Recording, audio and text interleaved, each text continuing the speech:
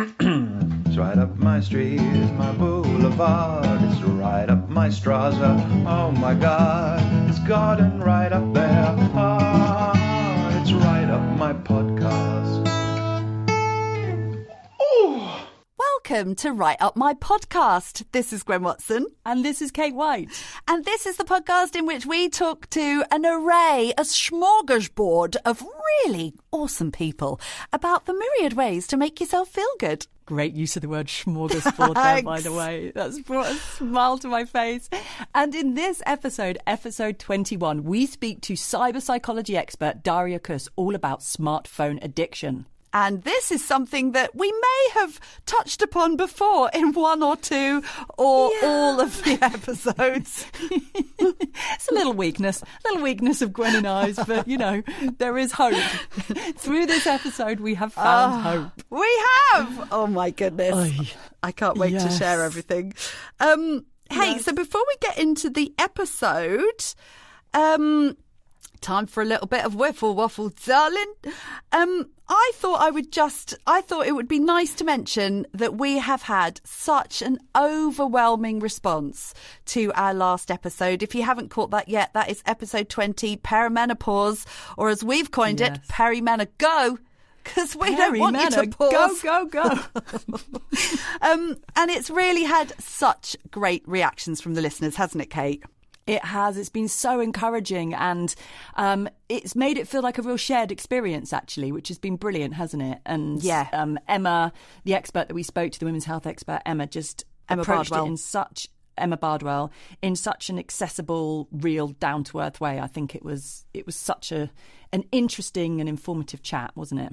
Yeah, and I think because you and I both had, like, you know, the emoji. I've used this emoji a lot when describing this episode. You know, the little guy and his head's being blown off. Yeah. That's basically the experience that you and I had all the way through that episode, wasn't it? We were like, oh my God. And then, nearly bursting into tears. You actually bursting into tears at the end. And it seems that lots of our listeners have had the same response. Emotional roller coaster. Having a little cry and also having a little laugh at the end as us trying to find analogies for talking about dry vaginas. Well, because we're such children. As one person on Instagram said, when it comes to life-changing events, if you don't laugh, you'll cry. Which couldn't agree more with. I want to actually mention a couple of people. Sadie, she said, I'm listening to your episode at 5 a.m. She's been going through the same. I'm going to share it with all my mates. It made me laugh and cry and feel more positive. Millie said I could only listen to a bit before I started freaking out. So excited. Derry says, I'm ashamed to say this is the first of these podcasts I've listened to. All right, Derry, whatever. She said, bloody brilliant. Best bit of self-care I've done in ages. I've been ignoring my symptoms for years. Going to go and talk to the doctor. Becky says, wish I'd listened to this 2 years ago.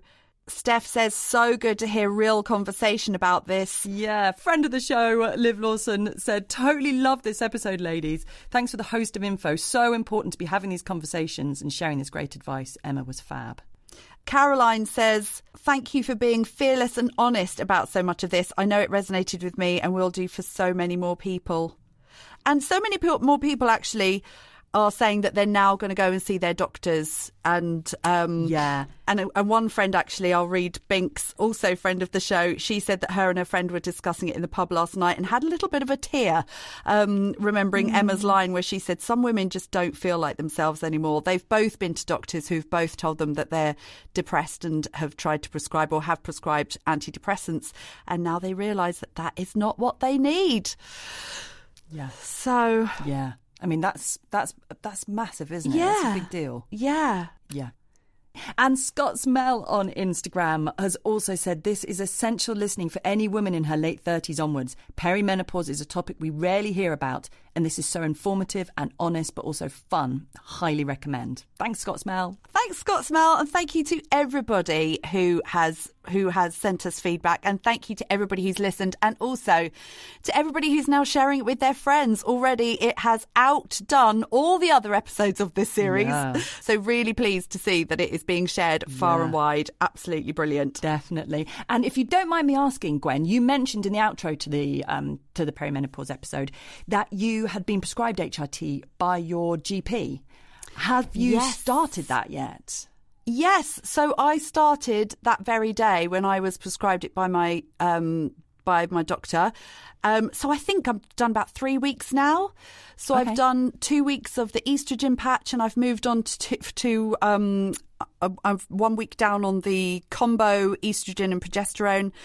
And I have to say that overall, so far, I have felt great. And brilliant. Yeah. I've had little moments, like I've had flickers of moments where I've literally felt like my old self, or I've just had this familiar feeling. It's really intangible, but just this I remember this. It's like, I remember me. And I feel like overall as well, I am less tired. I'm being more productive, although I think that is partly to do with this episode as well, the weaning myself off my phone. Yeah. I feel like I've just had more clarity and generally more energy, which is amazing.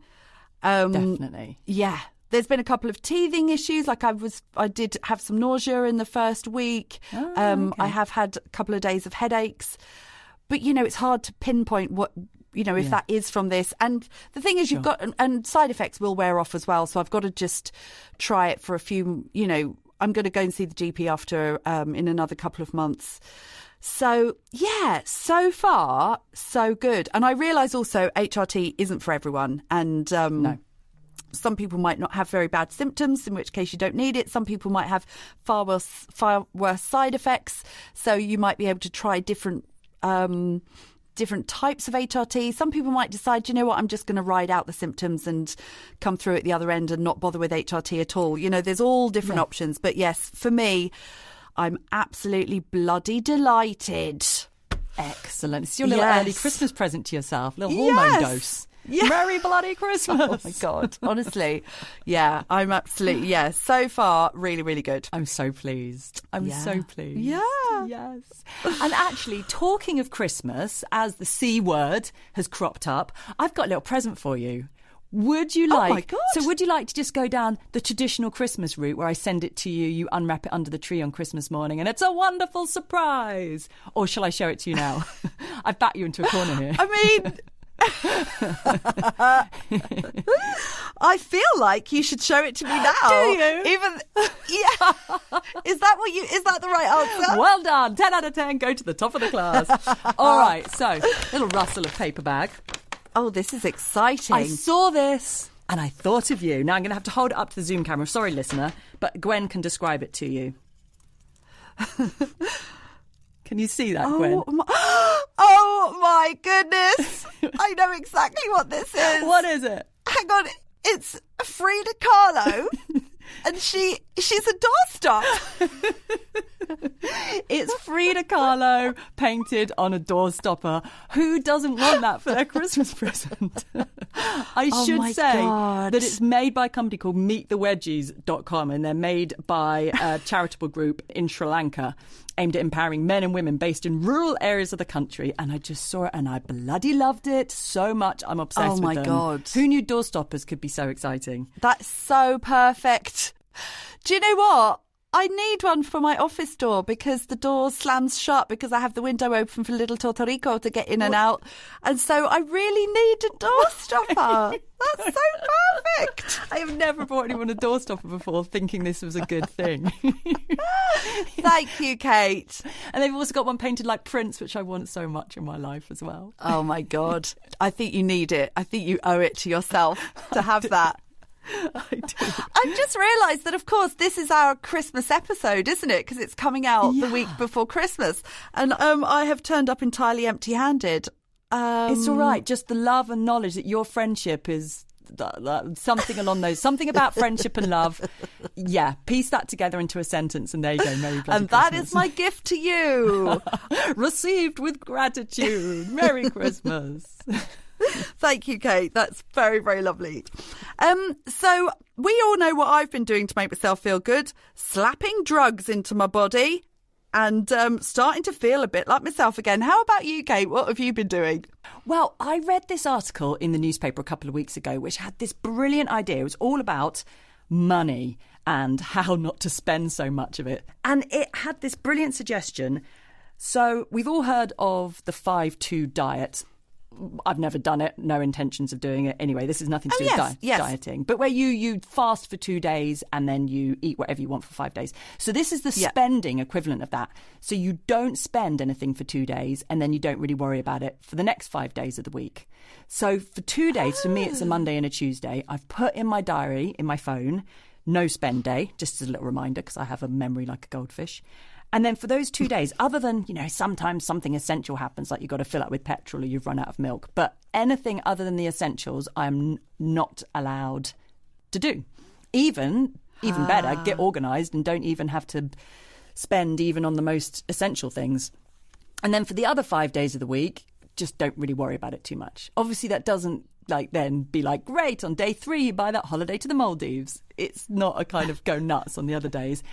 But actually, what I found is because you're like, it's only 2 days, I can avoid buying that expensive artisan coffee today because I know I'll get one in another 2 days' time. Or I don't need to wander into that craft shop today and buy the painted doorstopper because today's my no spend day. And actually, I'm beginning to notice that it's breaking the habit of the spending on things that I probably can do without.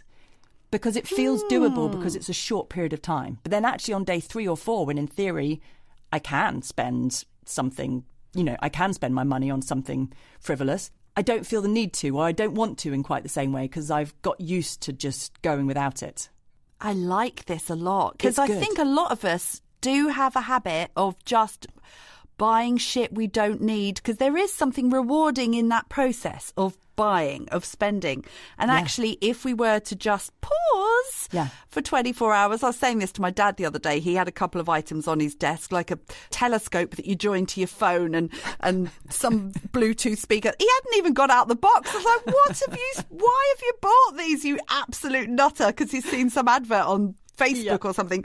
I was like, what you need to do is just pause for 24 hours and ask yourself the next day, do I really need that? Do I still want to buy it? And if then you're like, yep, still need this in my life, well, crack on. But actually, 9 times out of 10, in 24 hours, you'd be like, you know what? I am fine without the telescope. The moment has passed. Yeah, the moment's passed. Yeah. And so it's a really good habit to get into. Look at me, breaking habits, changing habits. Not that I was out of control. Don't get me wrong. I've never had some out of control shopping addiction. I didn't want to ask what drove you to do this. I'm not one of those people whose room is just full of bags from Primark that they've never even opened. Chris is like, we've got to have a chat, Kate. Things have got to change. I probably am really bad for buying coffees when I don't really need them, when in about 10 minutes time I'll probably be at home and I can make one for myself. It's that kind of stuff that has helped me to break the habit of. Yeah, good. And I'm impressed that you've started this before Christmas. I know. No Christmas presents for you, children, this year. I read an article in the paper. It's making me feel good. It's right up my podcast. All right, so this episode is all about phone addiction. Thank Christ, it's only taken us 3 series to get there. Somebody help us, please. Somebody help us. And in this episode, we are talking to Daria Kuss. And Daria is a professor in cyberpsychology, and she's the author, and she also treats people for internet addiction. Now, Daria comes to this topic from quite a clinical perspective, but that is exactly why we wanted to talk to her, because there's so much chatter out there from a social perspective about whether we're addicted to our phones, whether we're addicted to social media. But we wanted to find out what's actually going on in our brains and if smartphone addiction was actually a real thing. So we started our chat with Daria by asking her, are we addicted to our smartphones?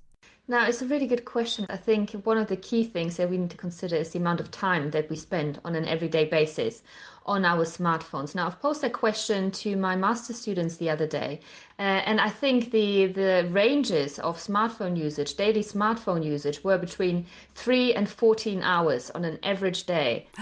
14 hours. And I think that already gives you an indication that actually, young people especially, use their smartphones for quite extended periods of time. And when we're thinking about the usages of smartphone, we can think about really the kinds of things that we are doing on them. So the smartphones have become everything. They have become the way in which we connect to the world, how we engage with our social media, with our friends, with work, how we wake up in the morning. We've got our calendars on our smartphones, our games, our music, our photos, all of our entertainment is in our smartphones. Our work is in there, our social life is in there. And I think, really considering this, I don't think it's a surprise to really think about the amount of time we spend, as a planet, really using our smartphones. Yeah. Well, yes, when you put it like that. Now, your other question is really, to what extent may this indeed be addictive or problematic? Whereas we really have to draw a line between, use that is potentially problematic, where people spend a lot of time using smartphones, which a lot of us will do. I mean, we have to just face the reality, and actual addiction. And so what are those elements that need to be fulfilled in order for a behaviour to be seen as damaging? The main criterion that we have found in our research, and that has been found by colleagues in the research that they're doing, is really the significant impact on the daily life of the user. So that the use really impacts them negatively on an everyday basis. That may impact their work, their social relationships, their parenting, their health as well. Over an extended period of time. So it needs to be a considerable impact that really is there for the user not to feel particularly good in terms of their mental health and well-being. In addition to this, you will find the other very important criteria that are typically used within substance-related addictions, such as tolerance, where you need to spend increased amounts of time using your smartphone.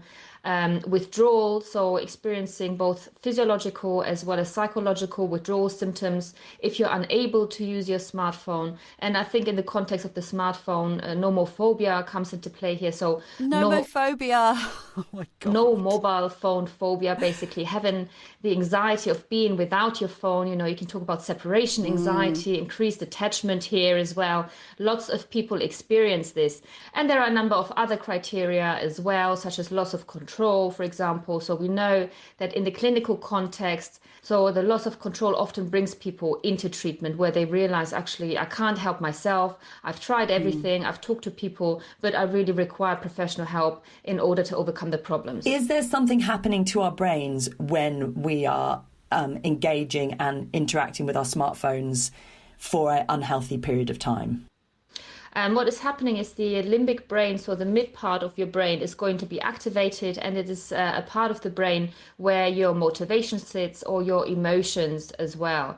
So every time we're using our smartphones, every time somebody likes some sort of post that we've posted somewhere on any kind of social media applications, we get that little dopamine hit, in that part of our brain where we are experiencing reward.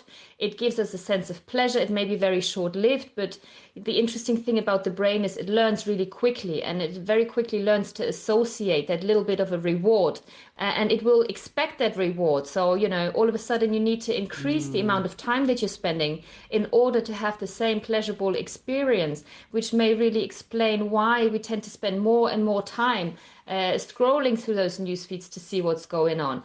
And it will also explain why the behavior may be maintained over extended periods of time. So the more we need it, the more we use it, the more we need to use it. Absolutely. And I think it's interesting you talking about that people come to you saying, I've got a problem and I need help getting out of this addiction. Whereas I think there's a whole swathe of the community, of the world, if we just think about our own friends who constantly report having time stolen by these devices, and constantly report like, oh, I got up, I flicked onto Insta and it was an hour later, or I just thought I'd go on before bed and I've ended up going to bed an hour later because I've been bloody trawling through Instagram Reels. Damn you, Instagram Reels. And it's just, I think there's a lot of us who are just accepting this addiction on a daily basis. We're having time stolen, and I think it is impacting our mental health, isn't it? But we maybe don't realise.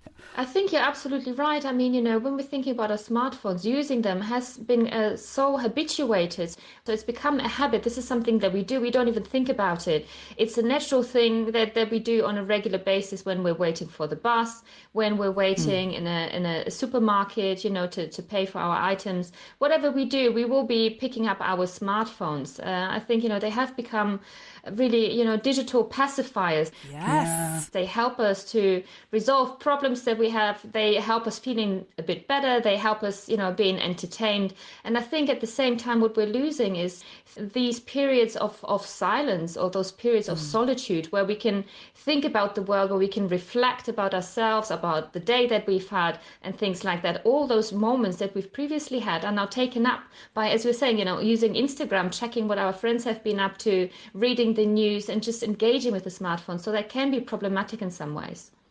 Yes, and the lack of boredom in our lives, the loss of boredom in our lives, should I say. Some people say that that's a real problem because boredom can have a real positive outcome as far as creativity goes. And if you don't allow your brain to get into that state, because as soon as you feel that tapping at the door, you pick up your phone, then you're missing out on where that boredom can take you as far as creative thinking.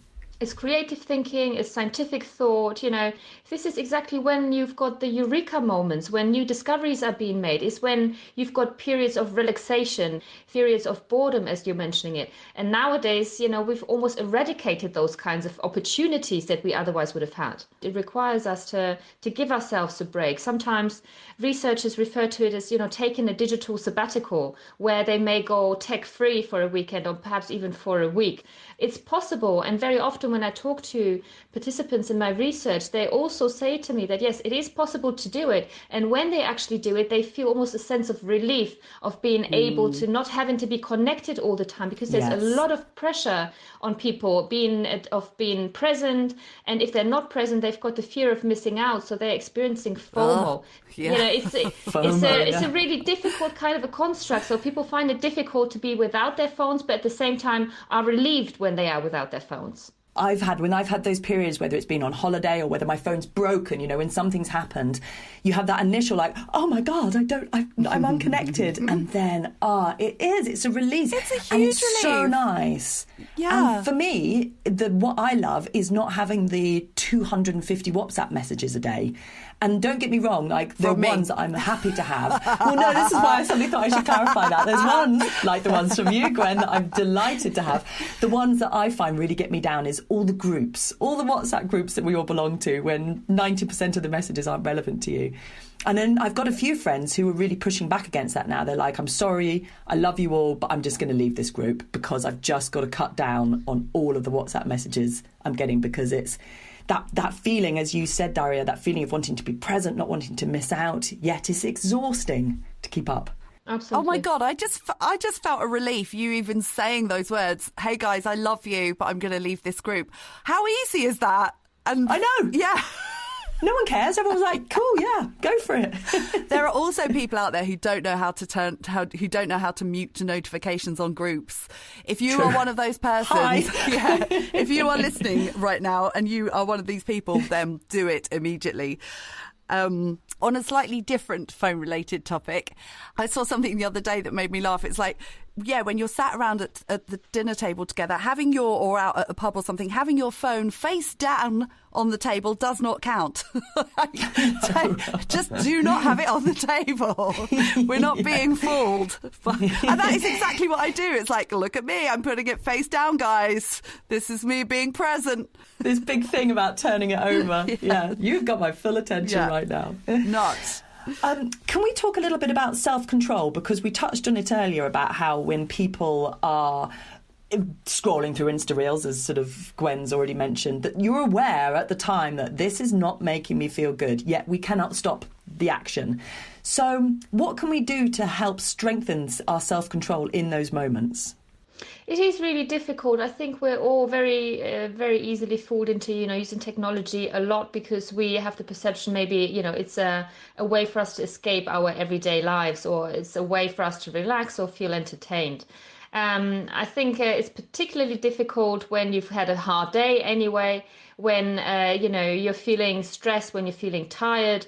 And I would always start on days where the situation looks a bit better, where you might be a bit more upbeat, where you can try and decrease the time that you're spending on Instagram. There are settings in your phone, and there are settings on some media apps that will alert you to the amount of time that you're spending, where you can cut down on how much time you're using for Instagram, Facebook, Twitter, etc. There are a number of apps that you can download on your phone that will alert you to the amount of time that you're spending. And simply by becoming aware of the time you're spending, I think you might become more mindful of how you're using technology. And perhaps that might lead you also to use it in a more effective and goal-oriented way. So specifically to contact particular people for particular reasons, rather than just scrolling mindlessly through content for hours and hours on end.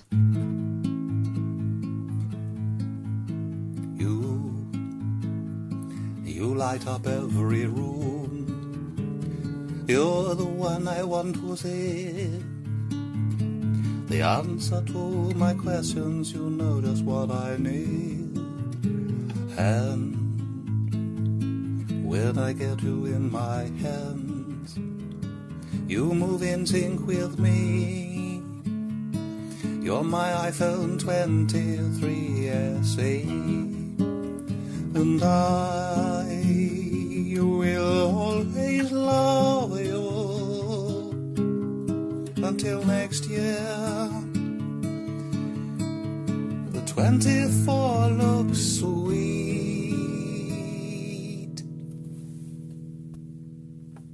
In our sleep episode, when we were talking to Dr. Narina about sleep, and I was saying they should help us more, we were talking about not using a phone before bed and the impacts that it has, in basically getting your brain all fired up when you should be winding down.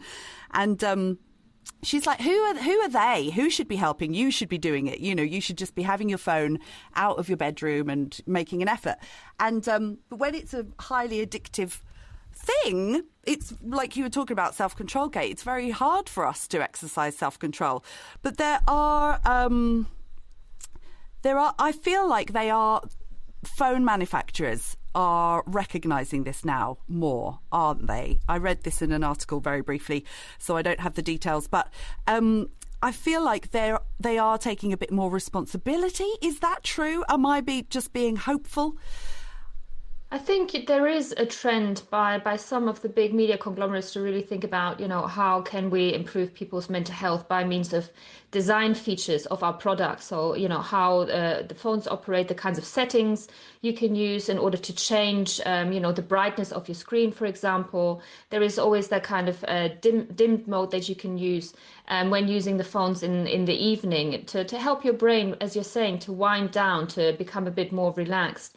I have written considerably really thinking about, prevention approaches and increasing corporate social responsibility.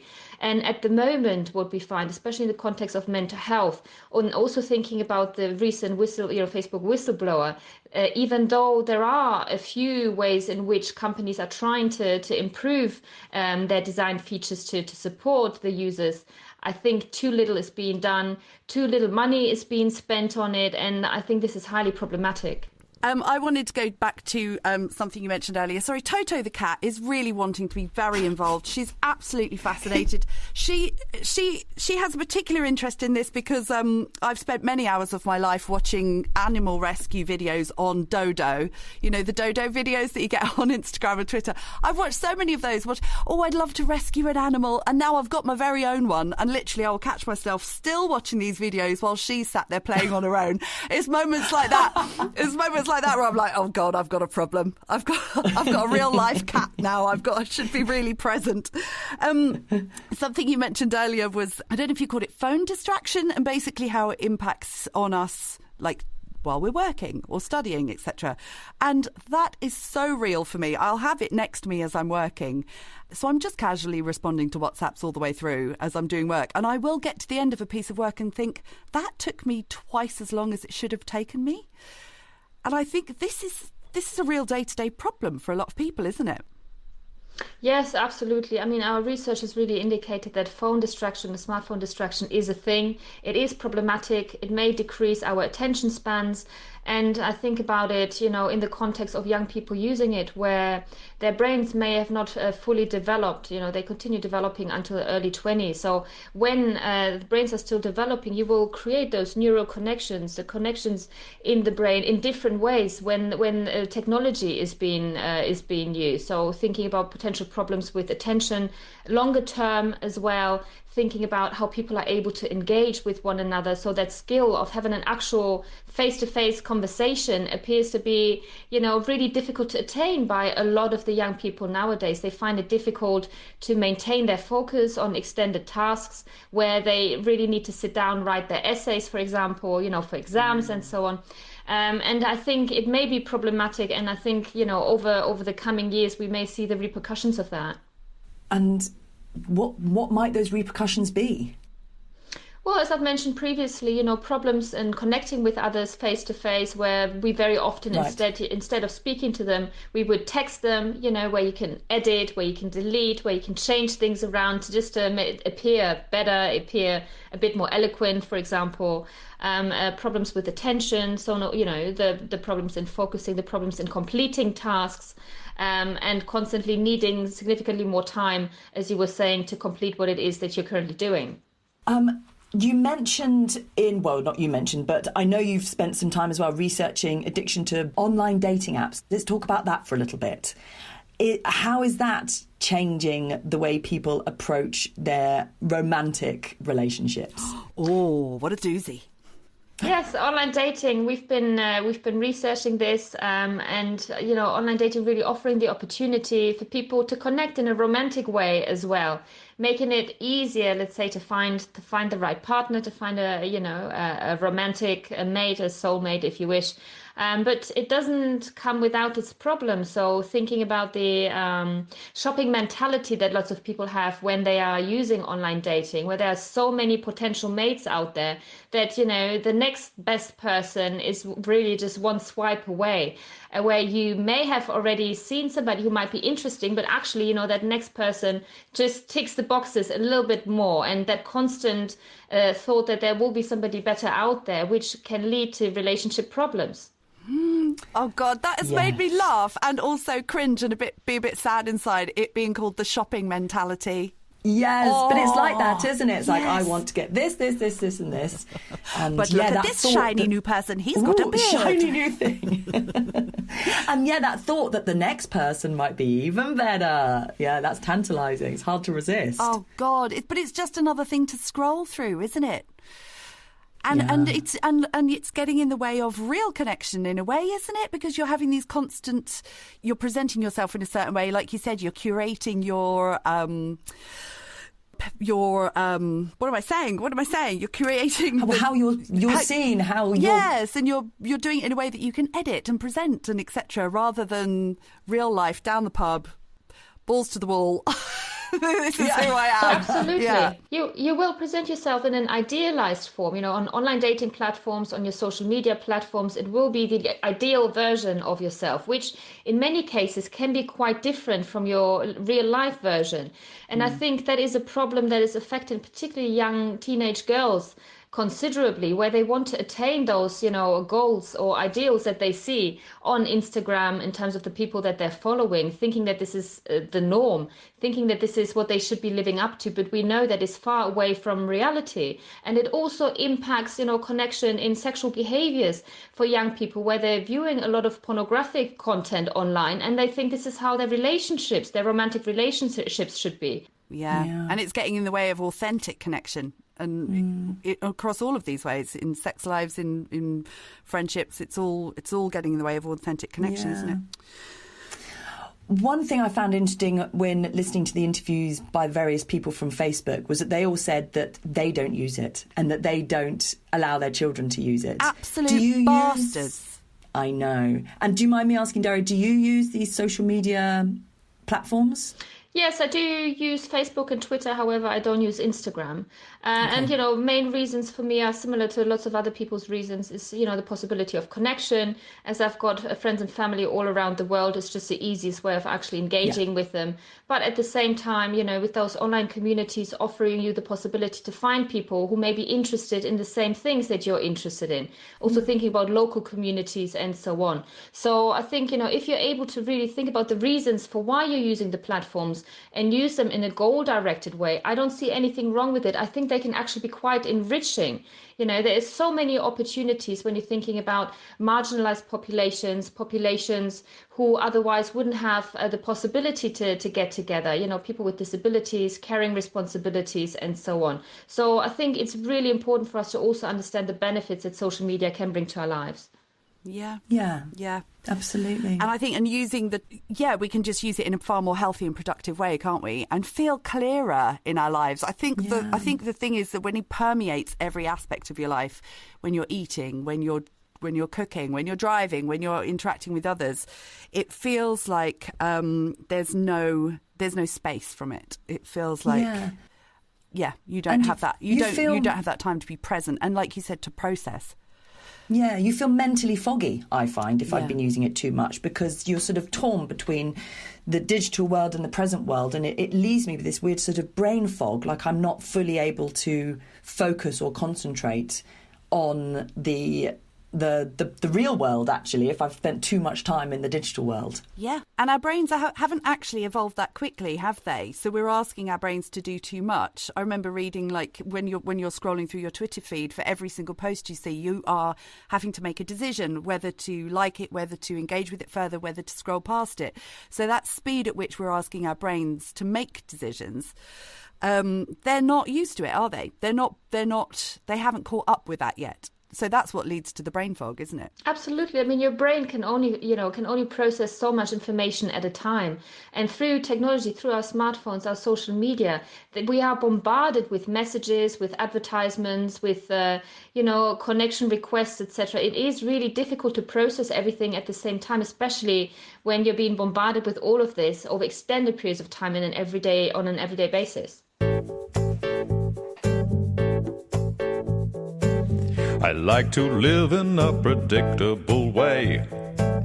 I have the same old sandwich every day. The same routine, the same ideas. The same tomatoes and the same cheddar cheese. Oh, I'm willing to try something new with a pickle and some chutney too. I'll give it a try, yes, I'll give it a go. I might just like it, well, you just never know. But I'll always love a cup of tea.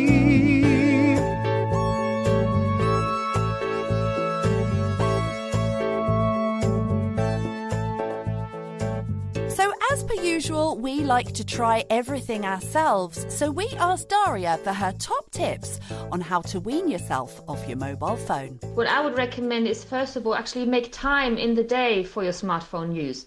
Actually, it allows you to really be very focused. So give yourself maybe an hour in the morning and another hour in the evening or so to get it out of your system, where you can connect with people, where you can read your news, where you can look through your Instagram feed, etc. You get it out of your system and you can spend the rest of your day doing other things without having to worry that you're missing out on a lot of stuff that is going to happen. So that's one of the things. In addition to this, what I would recommend is to make sure to create technology-free spaces in the home environment. So there may be your bedroom, for example, which should be entirely technology-free. And they will have a number of benefits, also thinking about, your sleeping patterns, improving the quality of life, and your physical comfort as well as a consequence of that, and technology-free times during the day. So, for example, meal times.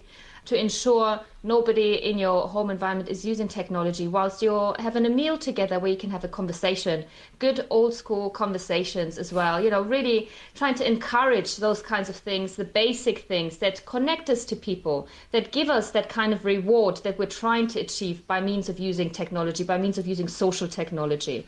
And the final thing that I would say is, when working, when at university or at your job, make sure to put the phone away. So out of sight, out of mind. Put it in your pocket, put it in your bag. When you're not looking at it, then it is not going to distract you. So smartphone distraction, it may be an issue. And a simple way of eliminating that is simply by putting it away when you're not using it.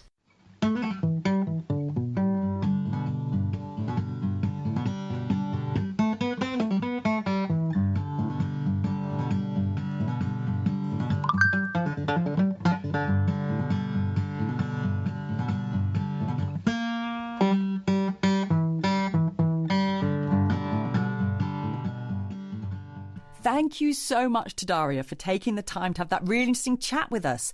Daria has written the Oxford Handbook of Cyberpsychology, and she's also written a book called Internet Addiction, Advances in Psychotherapy. The links to those books are going to be in the show notes, and she also asked us to put her contact details in there in case anybody wants to get in touch with her to talk about the research that she's doing, or if you had any questions for her. So head over to the show notes and you can find all of that info in there. So, Kate, now we've done things slightly differently this time, haven't we? So I've basically attempted some of the top tips that Daria suggested for us, and you have done a phone detox. I have, which I will tell you all about in a minute. But let's have a chat about some of the things that you've done based on the top tips that Daria gave us. All right. So the main ones that I took on, I thought, easy, catchy monkey, as the phrase kind of goes. I thought one of the easy things that I can try is to just not have my phone with me all the bloody time. So the bloody time. One of the things that I was doing since our sleep episode was having my phone not in my bedroom. So just charging it up in my office. But I was still finding that sometimes if I walk up at bedtime with my phone in my hand, I might just lay on my bed for a little bit with it, etc. So this time I thought, right, I'm going to keep my phone downstairs, charge my phone downstairs and not allow it up the stairs, because up the stairs... Like a naughty dog. Just like a naughty little dog that keeps pissing everywhere.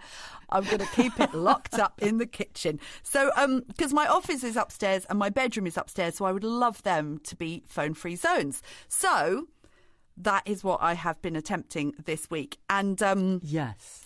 And it has been absolutely brilliant. So there's been like a couple of... Yeah, it's been brilliant.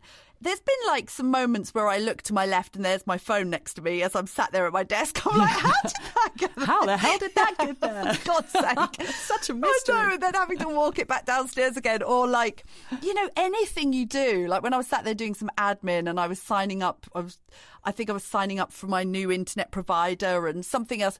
All of it is like, we're sending a pin to your mobile phone. Oh, Jesus, I have to go back downstairs. God, it's impossible. So many times. I had to go back downstairs to get my phone, do my thing, go, and then put it back downstairs again. But basically, all of that aside, I have been mostly very strict, and I have found that I've just been so much more productive. Oh, my God. Really? Yes, Really? You've noticed a difference? Oh, God. Because, I mean, like I was saying in the interview, like if I'm working, work will literally take me twice as long because I'm just instantly, like if WhatsApp pings in or somebody rings, I'm instantly grabbing it. And which is crazy. It is. And it takes your mind a little bit to get back into the task at hand, doesn't it? So instead, I've just been actually working, and it's really amazing the number of times I find myself, like if there's a pause or if my work feels like, I'm working on a tricky edit or something, I will just go to reach for my phone. And it's just, I realise how many times I've used it to punctuate my days and my thoughts. And so I've really noticed that. That really makes me think about a phrase that Daria used about calling it a digital pacifier. And that's exactly it. In a moment where it's maybe a bit stressed or a bit heightened, it's kind of a way to escape from the moment at hand. Yes. the work's a bit tricky, so dive into your phone. You don't have to think about it for a little bit. Yes, exactly. And also, if a thought pops into my mind, like, oh, I've got to message somebody about that, or, oh, I wanted to book that ticket for this, I will just do it. And so instead, what I was finding myself doing is keeping a pad next to my laptop and writing those things down. And then, that's a good idea. Yeah, because then what I do is when I go for a break, I will then be on my phone and I'll be checking, and then I'll have a bank of messages to read rather than just one or two at a time. Yeah. But yeah, so I'll read it while I'm having my cup of tea or having my lunch, and then leave it downstairs again when I come back up. So mostly I've been quite strict, and mostly it's just had a really, really positive impact. I've been on my phone so much less than I usually am. That is amazing. Yeah. And has anyone noticed? Have you had any friends messaging going, Gwen, what's your problem? Why aren't you replying to me? With crying face emojis. Yeah, but funnily enough, no. Has Mr. Instagram messaged you going, why don't you love me anymore? No, I've not missed out on anything. So, which is really strange. Do you reckon you'll be able to keep this up? Do you think this will now be a habit? Yeah, I think it's got to be, when I realise just how much it's impacting on my work, and just that feeling you get. God, when I'm getting stuff done and I'm like, tick, and then I'll go to my like admin to-do list and I'm like, and tick, that gives me such a sense of achievement. Brilliant. Rather than multitasking for 2-3 hours and getting that one thing or one or two things done and coming out the end of it going, why is this taking me so long? God, we've all been there. Yeah. It's so infuriating, isn't it? It's like, come on, why am I being so unproductive here? Yet I'm really busy. What's that all about? Yeah. So there's other things that she suggested, isn't there? Like only having specific time. Well, she suggested only like checking your phone 3 times a day. I'm not there yet, lady, but no. I'm definitely checking it considerably less. And actually on that note, I was dating somebody recently. That's a whole other podcast. And he actually... he literally does what she was saying. He only checks his phone like a handful of times a day, and if he's working, he's not on his phone. Very infuriating when you're the other end going, why haven't they texted me back? Don't they love me anymore? Is this the end of our relationship? It's been 10 minutes. Oh, now he's texting me back because now he's having his lunch break. But I actually was just really impressed at that kind of discipline. Yeah. And I think that's actually, the far healthier way to be. And I'll build up to that. I'll build up to having just certain times of the day when I check it. But so far so good. Isn't it nuts how it can easily just creep into all areas of our life? If you let it slip, it can just become so much more dominant than it should be. It's nuts. Yeah. So on that note, what have you done, dolls? Well, to mix it up a little bit, we thought I would do a different challenge. So I've been doing a challenge set by a journalist called Catherine Price, who wrote a book called How to Break Up With Your Phone. And in the show notes, we'll give you the link to where you can find this challenge because it's free. You can just link to it off her website and it talks you through day by day. It's a screen life balance digital detox 3-day challenge that she sets. So yes, we'll put the link in the show notes so you can all do it too. But it was not what I expected. It really got me thinking about some things that I hadn't actually thought about. So can I first ask, did you do it for the whole 3 days? So I did do it for the whole 3 days, but the whole point of it, at the very top, she kind of sets a scene that this is not a put your phone in a locked drawer for 3 days and don't touch it. This is more of a reality check that we can't deny the fact that our phones are useful in our lives. Like Daria said, we've got so much in there. We've got our diaries, we've got our work emails, we've got, you want to phone your mum or whatever. So we do need to use our phones. Yeah. So it's not a cold turkey. What does she talk about her colleagues doing? A phone sabbatical. It's more of a breaking the unhealthy elements of how you use your phone. So I did go on it. when I had to sort out meeting my friend, or when I had to, things like I had to get the pin off it for using the other thing, that type of stuff. So I did go on it, and it asks you each day, at the start of the day, it asks you some questions. So the day one, the questions it was asking about, what are the real problem areas of my phone? What are the elements of it that I struggle with? So for me, it was WhatsApp, all the messages on WhatsApp, wanting to feel like I wanted to reply to them as soon as possible, and Instagram, the scrolling of Instagram. But so I just left it downstairs, and the first day I did go really cold turkey. I literally didn't go near my phone till the end of the day, and I felt it such a release. I felt it really freeing, and it made me realise that I find it quite stressful keeping on top of messages. Yeah. And feeling an obligation to reply to them. And that obligation's not because the person has any expectation, really. It's totally from me. It's totally on me, that. And it's kind of mixed up with a sort of FOMO element of, if I don't reply, I'm missing out on something. So it's a real double-edged sword, that, which is really strange. So day 2. The whole point of day 2's assignment, as she called it, was to try and notice when and why you're reaching for your phone. So she says the point isn't necessarily to stop yourself from checking your phone, but just to train yourself to notice when you're on it or when you're about to reach for it. She suggested putting something like a rubber band or a hairband around your phone, so that every time when you reach for your phone, you notice that there's something strange about it because you've got this hairband or something on it.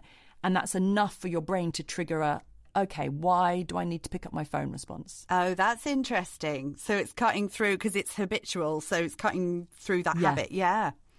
And she also gives everyone a screensaver to download and put on their phone that says, what for, why now, and what else? Let's have a look. Hold it up to the camera, doll. Can you see that? What for, why now, what else? I like it. So whenever I pick up my phone, I see that message, like, why am I going on my phone? Why do I need to go on my phone right now? And what else could I be doing if I was not on my phone? Nice. And that's another thing that she got you thinking about, like, what would I like to be doing if I wasn't going to spend the next 20 minutes just randomly scrolling through it? And for me, I was like, I'd quite like to just sit and read, or just sit and be with my thoughts for a bit, rather than filling that dead space with my phone. In the same way as you're saying, you've been so productive with work. You've just got so much more work done because you've not wasted that time on your phone. For me, I was thinking the times when I tend to disappear into my phone is when I want to switch my brain off a little bit. And actually, rather than disappearing into Instagram or whatever, just to sit and just read or think about things or read the paper or a book. That feels good. And be present and tap into, I think, because that's what it's really doing, is distracting us. And like she was saying in the interview, or like you were saying, that it's stopping us being bored. It's stopping that moment where we could be processing thoughts or being creative and having new creative thoughts. And so it's it's allowing that space, isn't it, for us to actually, for our brain to actually bloody breathe. Yeah, and it's tiring. It's mentally tiring when you're trying to do something, but you're also kind of distracted by what's going on in your phone, and you're trying to split your thoughts in multiple directions. It's pretty knackering. It's quite nice just to focus on one thing and do it. Yeah. Or just do nothing for a bit. Yeah. And I think that's actually something we should be doing more and more. Yeah. The final day, she gave some really amazing tips that really feed off the information that Daria's given us, just another element that we can maybe build into the way we think about our phones. Would you like to hear them? Oh my God, yes, so much. So this was interesting. She said to examine your home screen. So your home screen on your phone should only contain tools. And she says to delete or move to your second screen any app that has the potential to suck you in. So we all know what our trouble apps are, don't we? Yes. So get them off your home screen, because the distraction of seeing them might be, or not seeing them might be enough to stop you getting sucked into them. Very good And advice. in that same thought process, she then said, put all the apps on your second screen into a folder. You should end up with 2 screens, no more than that, on your phone. And the point of making folders is to make it less likely for you to open an app because you're not tempted by its icon, because it's hidden in a folder. Nice. Which makes a lot of sense. And then I really like this. She recommends to add at least one app to your home screen that supports a positive habit. So it could be a meditation app. It could be a guitar tuner app. Whatever it is that gives you that warm glow. So when you check your phone out of instinct, you'll see a trigger for a positive habit before you see a trigger for a negative habit. That is such good advice. Isn't that nice? Yes. What would be? So have you done that? Yours? Have you done that to your phone? No, I haven't done any of these things yet. This is what I'm going to do after our call today. I'm going to do it. I don't know what would be my positive habit app. It might be my pelvic floor squeeze one. And squeeze. And squeeze. I won't go on Instagram, but I'll have a squeeze. This is all absolutely brilliant advice. And actually, So that really, interesting. oh my God, and really complements everything that Daria said so well. Totally. Yeah, I feel like it's actually manageable. It's totally doable. It's just being a bit more mindful about it and actually using your phone for something, for it to be a tool, not a distraction. Using it for something specific as opposed to just aimlessly floating through it. Yeah, yeah. So, Kate, what elements are you going to use then from these tips and tricks? What are you going to, and after your detox, are you going to take some of this on into your life? Definitely. I'm going to do that whole arranging my screens on my phone. I'm going to do what Daria said about not having it in my bedroom, leaving it downstairs. And actually, I'm going to try and do the designated times during the day. So first thing in the morning, at the end of the day, and then maybe at lunchtime. And outside of that time, I'm going to try and put it somewhere else and not think about it. Yeah, great. Unless my mum calls, and then don't worry, mum, I'll pick up. What about you, Gwen? Have you taken anything from this that you're going to continue? Yes, hopefully this is going to be habits that I can embed and will become second nature. I do have to be aware, though, obviously, it's all very well that my phone now belongs downstairs, so I'm not distracted by it upstairs. So I do still have to have some discipline when I'm downstairs. Yeah. When you're downstairs, the danger zone. Because I do have a little bit of a mentality of like, oh, now I'm going to reward myself by scrolling through Instagram Reels. So last night, for example, a friend was coming over for dinner and I was really tired after I'd done a lot of work yesterday. And I thought, what I could do is just go up, do this chunk of work, come down, have a nap before he arrives. What actually happened was me scrolling through Instagram for 45 minutes, going up and doing a chunk of work, coming down, sitting down and him walking through the door and me being really tired for our entire evening and rather than refreshed and chatty. So I was like, that's totally because I got sucked into my phone. So there's still more to go. And so, some of those tips and tricks that you've brought up, that you've added in today will be really, really useful. So I think it sounds positive and doable. I love this. Me too. Brand new us, just in time for the brand new year.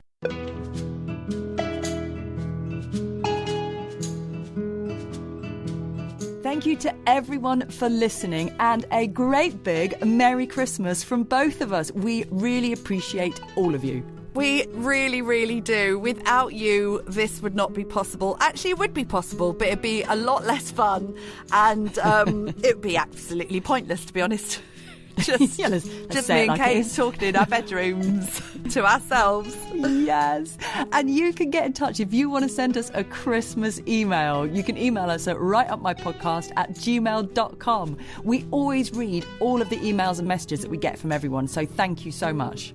Yeah, we really, really appreciate it. And of course, we really love your reviews as well. So even if you don't listen to us on Apple, you can go across to Apple and leave us a review and a rating, which makes us look good and makes it easier for us to get future interviewees. So we really, really appreciate that. And also, we just really love reading them. Exactly. And you can also head over to our Patreon page at www.patreon.com/writeupmypodcast. Go and check it out. We do have a bit more whiffle waffle up there and extras from our episodes too. We do indeed. And this is always a good opportunity to say a great big thank you to our fabulous team. That is Andrew Grimes on the music, who's an absolute maestro, and Erica Francis George on the artwork, who makes us look awesome. And we will be back after the new year with our next episode, where we're going to be looking at the lost art of letter writing, but not just any old letters, my friend.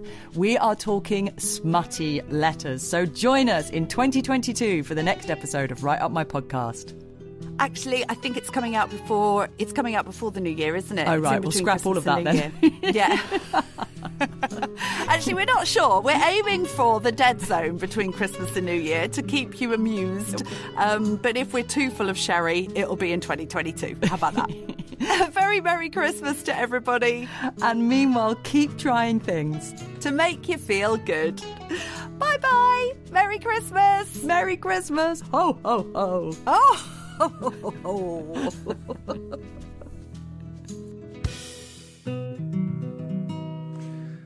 Tell me, did you like the podcast, Brian? No! Oh. If, unlike Brian, you thought our podcast was really great, then don't hold back. Like, subscribe, and tell your mate. But if, like Brian, you thought our podcast wasn't fun, then just keep quiet. Don't feel the need to tell anyone. We'd love to hear from you if you've got some thoughts to share. Such rich and lovely views that all should be aware of. But I hope you liked our podcast and you thought it was really great. And if you did, like, subscribe, and tell your mate. 'Cause we don't need grumpy pants bringing everybody down. No, we don't need negative Nellies making people frown. No. So I hope you liked our podcast and you thought it was really great. And if you did, like, subscribe, and tell your mate.